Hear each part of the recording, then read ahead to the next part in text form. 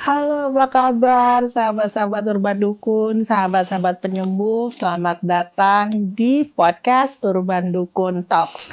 Hari ini saya bersama sahabat saya, psikolog klinis Tatiana Basuki. Halo semuanya, perkenalkan saya Tatiana Basuki, biasa disebut Ana. Profesi saya sebagai psikolog klinis dan saya banyak menangani kasus-kasus yang berkaitan dengan isu-isu trauma transgenerasional. Selamat mendengarkan diskusi kita. Let's go. Langsung to the point. Halo, nama saya Carmen. Saya adalah founder dari Urban Dukun dan juga saya hari ini mau ngajakin teman-teman semua untuk menepuk bahunya sendiri. Oke. Good job. Kalian sudah sangat luas memiliki kesadaran tentang kesehatan mental. Kami banyak memperhatikan di berbagai sosial media dan beberapa pengalaman dari klien-klien kami. Kami senang banget bahwa kalian sudah sangat canggih untuk memahami diri kalian dan kesehatan mental kalian. Ada beberapa poin yang ingin kami garis bawahi, ingin kami terangkan, ingin kami gali lebih dalam.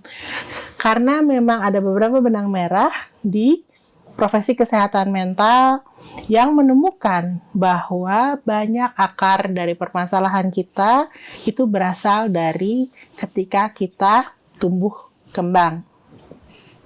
Sehingga banyak orang-orang yang mungkin belum merasa siap untuk mengambil agensi, tanggung jawab, dan mengambil keputusan untuk menjadi dirinya sendiri seutuhnya termasuk dengan luka-lukanya. Yang mereka lakukan adalah menyalahkan orang lain, terutama orang tua mereka. Saya sakit, saya tidak nyaman, bukan karena saya, tapi karena orang lain.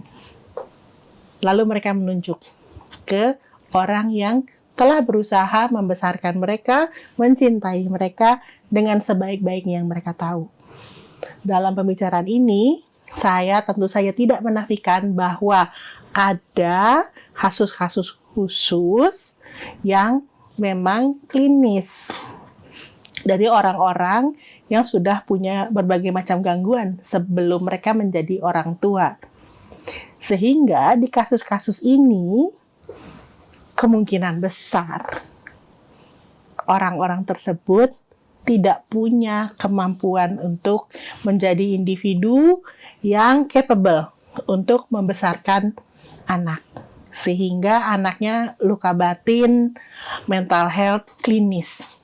Dan mungkin kita bisa bertanya pada ahlinya langsung. Mbak Tatiana. Mbak, aku lagi sering banget ngelihat istilah fatherless. Apa tadi? Fatherless, apa sebutannya? Yatim. Terus sebelum fatherless jadi rame, itu kalau di kalangan usia yang lebih tua, jadi mungkin ada di sosial media tuh ada yang buat anak-anak muda gitu ya. Terus ada yang mungkin di kalangan orang tuanya, dan ada orang tuanya lagi kan jenis-jenisnya ya macam-macam. Nah, di kalangan sebuah sosial media yang memang mengejar usia orang yang lebih dewasa, mother's wound.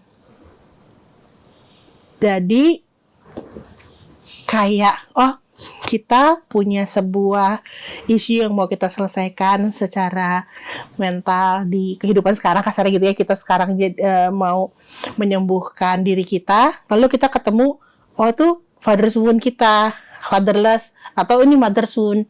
Can you tell us more about these things? Daddy issue, mommy Daddy issue. Ya, dulu kita sebutnya daddy issue, mommy issue. Mommy issues ya. Ya, tapi di generasi sekarang mereka sebutnya fatherless ya. Kita refresh yuk. Apa sih daddy issue, fatherless itu? Oke. Jadi kalau tadi aku dengar istilah yatim, kan sebenarnya waktu dulu kita pikir ya buat kita ya orang yatim itu kan bapaknya udah meninggal. Tapi sekarang yang bapaknya itu tidak hadir dengan berbagai reason gitu, atau tidak tapi hadir tapi nggak emotionally involved, itu disebut fatherless juga. Kita sudah bahas fatherless daddy issue yatim dulu ya, gitu ya. Nah, sebetulnya istilah daddy issues ini sebetulnya bukan istilah resmi ya, itu hanya istilah populer. Itu karena nggak ada di istilah psikologi itu namanya daddy issue. Yang ada adalah attachment issue. Attachment style gitu ya. Nah, memang isu fatherless, yatim, daddy issues itu memang menggambarkan ketidakhadiran figur ayah, baik secara fisik atau secara emosional, gitu ya. Jadi sebetulnya konteksnya itu bukan karena ketidakhadiran si figur ayah, tapi lebih ke bagaimana itu berdampak ke diri kita sebagai anak, gitu. Dampak ke emosi kita, dampak ke perilaku kita, dampak ke pola pikir kita, sistem keyakinan kita, dan sebagainya. Gitu ya. Jadi bukan sekedar daddy gue nggak ada, gue nggak itu gitu ya, tapi lebih ke dampaknya ke kita karena ketidakhadirannya itu. Seperti itu. Ya. Nah, apakah dampak itu sama untuk anak perempuan atau anak laki, Mbak? Serupa tapi tidak sama. Gimana? Oke. Kita mulai dari anak perempuan dulu deh. Anak perempuan ya. Oke, kalau dia anak perempuan, kepo banget nih di sini. Karena gini ya, biasanya ayah yang tidak hadir figur ayah yang tidak hadir di kehidupan anaknya itu bisa jadi juga karena ayah yang tidak sanggup membesarkan anaknya dengan penuh cinta kasih, gitu ya, dengan penuh perhatian, tapi dengan kontrol, dengan penuh emosi yang naik turun seperti itu ya, dengan aturan-aturan yang terlalu ketat, gitu, seperti itu ya. Dan tentu saja dampak ke anak perempuannya luar biasa dong. Biasanya anak-anak perempuan itu akan mencari figur ayah yang sempurna. Figur ayah yang sempurna menurut dia? Menurut dia. Oke. Jadi seringkali anak-anak perempuannya itu akan mencari laki-laki yang lebih tua. Bukan karena umurnya ya, tapi dia mencari wisdom. Jadi dianggapnya yang dianggap punya wisdom. Dianggapnya wisdom karena dia nggak dapat itu dari bapaknya kan. Ya. Terus tentu saja banyak juga anak-anak perempuan yang punya trust issue terhadap laki-laki. Ada di sini yang begitu? Ada yang mau angkat tangan? Trust issue? Wisdom seeker? Jadi tidak gitu gampang percaya terhadap laki-laki, atau dia menjadi super independent. Hyper independent. Gue nggak butuh bantuan siapapun juga, gue bisa. Gitu, hyper independent. Ya. Karena dia mengeluarkan sisi maskulin di dalam dirinya yang selama ini terabaikan. Gitu. Karena bapak itu kan figur pelindung ya harusnya. Akhirnya dia bilang, nih gue bisa sendiri nih. Gitu. Manjat pohon, betulin atap. Pintar. Gitu, pintar. Jalan sendiri bawa mobil dari sini ke sana, ya 400 kilometer. Jakarta Bali, gas gitu. Hyper independent, of course, tentu saja karena bapak itu adalah figur yang bapak yang sehat ya, adalah figur orang yang memberi kita confidence.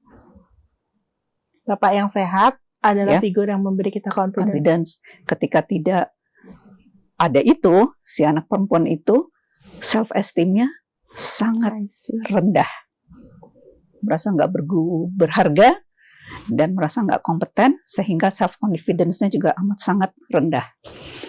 Itu. Ya. Kalau ke anak laki, Mbak? Kalau ke anak laki-laki ya, nomor satu adalah si anak laki-laki itu meniru pola bapaknya. atau mereject sama sekali pola bapaknya. Tapi ketika mereka mereject, how come they end up copying their father to the Oke. dot? Oke. Karena ada dua hal yang berbeda Right. nih ya.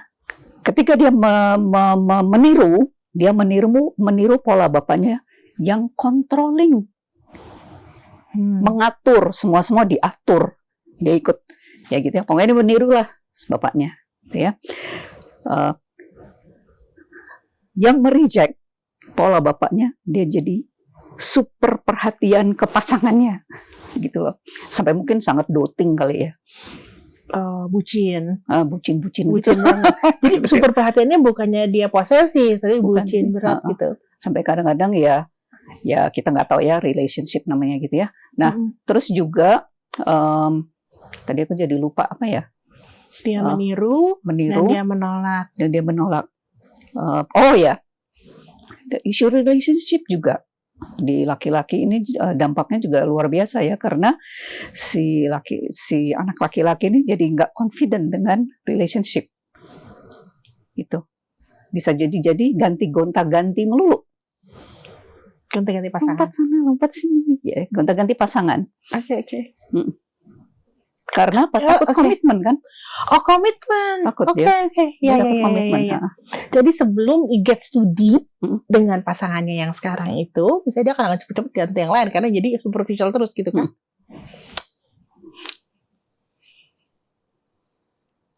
Anybody listening? Mother's wound. Apa itu mother's wound? Kenapa luka ibu itu jadi penting banget? Ibu adalah bukan tempatnya, ibu adalah sosok di mana seorang anak itu belajar yang namanya attachment, keterikatan. Ya. Karena ibu itu adalah nurturing ya. Ibu yang mengayomi membesarkan gitu ya. Menurture. Jadi si anak belajar attachment dari ibu.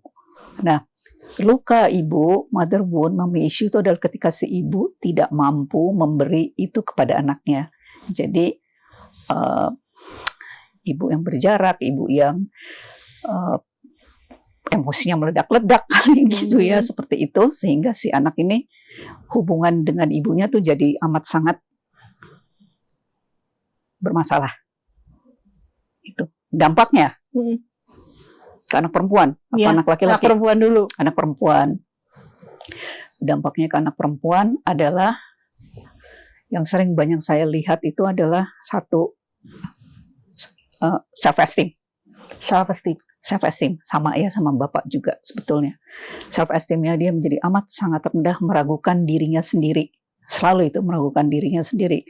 Setinggi-tingginya dia pendidikannya, sehebat-hebatnya karirnya dia, tapi dia selalu meragukan diri.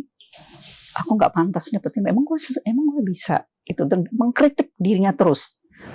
Mengkritik. Gitu, dia mengkritik dirinya sendiri. Karena yang dia dengar dari dulu itu ada kritikan. Kan? Seperti itu. Dia mengkritik dirinya sendiri.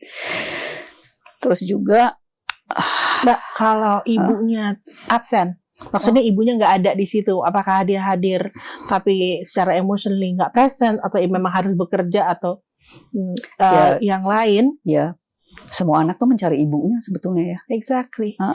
Jadi anak ini tumbuh kehilangan figur yang nurturing gitu ya. Udah sih tuh. Jadi tumbuhnya sama si mbak. Kalau ada mbak, ya. Apakah bisa digantikan? Digantikan susah juga nih ya. Gimana pun juga digantikan sama neneknya gitu ya. Kalau neneknya amat sangat perhatian, si anak ini akan mengabaikan ibunya kan.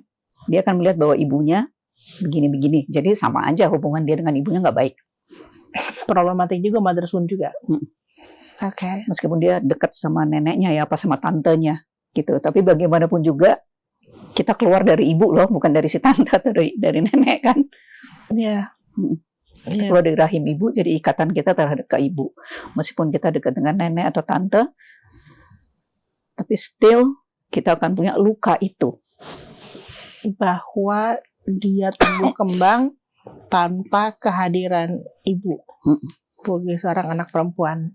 Tapi gini ya, jangan pernah berpikiran bahwa ini salah ibu. Ibu tuh sudah melakukan hal yang terbaik buat anak-anaknya, gitu ya. Ibu bekerja sampai malam mungkin ya, sampai kerja banting tulang lah. I'm guilty. I am so guilty kalau membicarakan tentang ibu bekerja. Meskipun aku tuh sangat menyadari bahwa I'm a better mom when I'm working. Itu. Jadi I don't stop working, I don't stop doing business, dan aku memilih lifestyle yang bisa membuatku juga ada di rumah gitu. Lebih banyak di rumah atau lebih banyak waktu lah dengan anak-anak. Tapi kan ada perbedaan antara seorang ibu yang harus meninggalkan anak karena sebuah kebutuhan, bekerja salah satunya, dengan ibu yang abusive. Iya. Dan isu mommy's wound, mother wound itu kan adalah ibu yang mengabaikan anaknya. Ibu yang mengabaikan anaknya. Mengabaikan, dan ibu yang sangat controlling juga. Ya boleh abusive kali ya. Ini isu tentang orang tua yang controlling ini sudah tercetus berkali-kali ya. Maybe one day we should talk about this one day. Ya, ibu-ibu bekerja, relax. Anda sedang melakukan yang terbaik. Dan anak-anak kamu tetap akan memahami bahwa kamu melakukan itu karena kamu sayang. Dan kamu sedang memberikan yang terbaik untuk mereka. Ibu-ibu yang bekerja, pulanglah ke rumah dengan bahagia, lalu bikin quality time, bonding yang baik dengan anak. They should be fine. Betul. Sekarang coba kita, Mbak, mother's wound ke anak laki. We can talk forever about mother's wound ke anak perempuan, but let's dampaknya ke anak laki-laki ya. Yang pertama adalah tentu saja si anak laki-laki ini akan mencari figur ibu. Jadi ketika dia dewasa nanti, atau ketika dia enggak, karena klien saya lebih banyak dewasa ya, saya nggak tahu apa yang terjadi di remaja. Laki-laki ini akan menuntut pasangannya untuk ngurusin dia. Ngurusin dia meaning jadi ibu rumah tangga, jadi ibu rumah tangga, jadi ngurusin kebutuhannya dia karena dia tidak mendapatkan itu growing up. Oh, nggak ada yang salah dengan jadi ibu rumah tangga ya. Tapi memang ada orang-orang yang mau diurusin sama istrinya sampai sedetail-detailnya gitu. Itu kan yang mungkin dimaksud? lebih ke arah kontrol gitu ya. Pokoknya kamu harus segala-galanya itu harus untuk saya. Oke. Segala-galanya harus untuk kamu, suami. Saya nggak pernah punya ibu yang mengurusin saya, jadi kamu sebagai pasangan saya, kamu harus ngurusin saya. Oke, gimana kalau mother's wound itu terjadi ketika ibunya super controlling dan helikopter? Oke. Ya, itu luka yang amat sangat mendalam berarti ya buat seorang anak laki-laki. Akan ada penolakan dari anak laki-laki itu terhadap figur ibu. Gitu ya. Dia akan menjadi nggak suka sama perempuan juga kali ya. Gitu. Karena ibunya overprotective. Bisa jadi ya. Jadi sangat merendahkan perempuan, bisa jadi.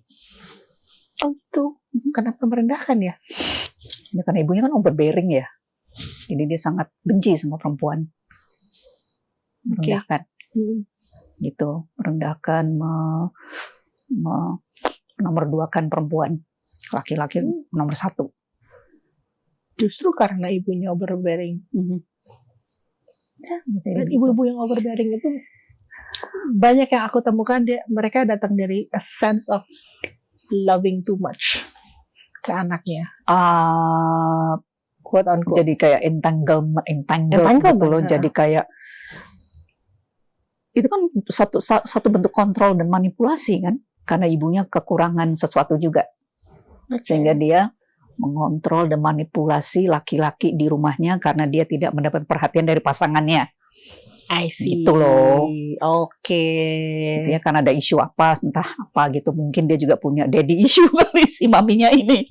Dan beginilah isu itu akan turun-temurun. Tapi kita akan bahas nanti karena sekarang kalau misalnya ada yang resonate to this particular issue yang aku mau tanyain sama Mbak Tatiana nih. Mbak, nggak tahu kenapa ya, 2024, 2025 aku banyak sekali ketemu dengan klien-klien yang punya ibu clinically NPD. Okay. And the destruction having a NPD mother to their children itu aku nggak pernah kebayang bisa segitunya. Oh ya, Gitu, bisa ke literally sakit fisik. yes. How did that happen? Sebetulnya bukan hanya ibu NPD ya, any kind of PD, bentuk PD, BPD, kebanyakan BPD, NPD lah gitu ya. Dampaknya ke anak itu, anak perempuan apa laki? Perempuan sih. Perempuan ya. Ya, dampaknya ke anak perempuan itu luar biasa karena self-esteemnya anak perempuan itu benar-benar dihancurkan, hancur oleh si ibu yang amat sangat dominan dan Sangat manipulatif dan menganggap dirinya lebih penting dari orang lain gitu. Ini itu core isunya. Jadi the son revolves around the mother. Ya, kenapa sampai bisa manifestasi ke fisik ya sakitnya? Ya, tentu saja segala peristiwa traumatis yang kita alami itu kan, apalagi nih traumanya kan continuous ya. Kalau kita mengalami tumbuh bersama orang tua yang punya gangguan kepribadian, itu udah masuk ke kompleks trauma. Yes. Ya, si anak ini mengalami kompleks trauma karena terus-menerus dia alami itu gitu. Nah, tentu saja yang namanya kompleks trauma itu akan amat sangat mengganggu sistem syaraf kita. Kita kan kontrolnya kan di sini ya. Yeah. Nah, segala sesuatu yang kita alami itu kan selalu berdampak ke sistem syaraf kita. Kalau itu terus-menerus terjadi, ada perubahan di otak kita. Otak kita berubah, semuanya berubah. Tatanan sistem syaraf itu sendiri. Dan bagi anak yang tumbuh dengan pola asuh seperti ini, pasti nggak pernah nggak sakit. Yes, nggak pernah sakit, nggak pernah nggak sakit. Rewiring di kepalanya pun kayaknya beda dengan orang-orang biasa ya. Beda. Saya punya klien yang begitu juga gitu, yang punya ibu yang super controlling dan aduh saya kasihan banget nih anak ini ya. Anak ini nggak dianggap anak lah gitu, pokoknya digerus gitu. Anak ini sampai didiagnosa dokter punya gangguan ini, tapi ketika saya lihat no gitu. Ini ada kompleks trauma, dampak dari kompleks trauma yang berpengaruh ke otot. Dampak dari kompleks trauma yang berpengaruh ke otot. Teman-teman, kalau Anda menyaksikan ini, aku menyarankan go back to our previous conversation dengan Mbak Tatiana tentang trauma. Karena trauma itu dampaknya luar biasa ya. Kalau kita, yaitu tadi disebut trauma masa kecil gitu. Kalau trauma masa kecil kan terus-menerus sampai sekarang gitu, sampai sekarang dampaknya tuh sampai sekarang tuh kita udah umur 40, 50 tuh masih ada dan nggak selesai karena si ibu masih begitu terus gitu loh. Ibu yang dengan diagnosa klinis yang tadi itu kan tidak akan berubah. Ini tuh kompleks. Nah, yang namanya udah kompleks, ya dampaknya ke tubuh kita luar biasa. Tubuh dan emosi ya, emosi, sistem keyakinan. Kita merasa bahwa saya bukan siapa-siapa. Kita juga punya trust issue juga akhirnya. Ya. Okay, thank you ya Mbak Tatiana. Thank you so much. Thank you juga. This one is very powerful. This one is very informative. Strikes deep. Dan aku yakin it strikes deep to a lot of you also. Sekali lagi saya mau menekankan bahwa diskusi hari ini, proses healing Anda, proses healing kami semua, itu bukan untuk menyalahkan orang tua, tidak untuk menyalahkan siapa-siapa, tapi saya ingin mengajak Anda untuk lebih memahami dampak dari tumbuh kembang Anda atau sekitar Anda. Terima kasih banyak, kita jumpa lagi. Terima kasih.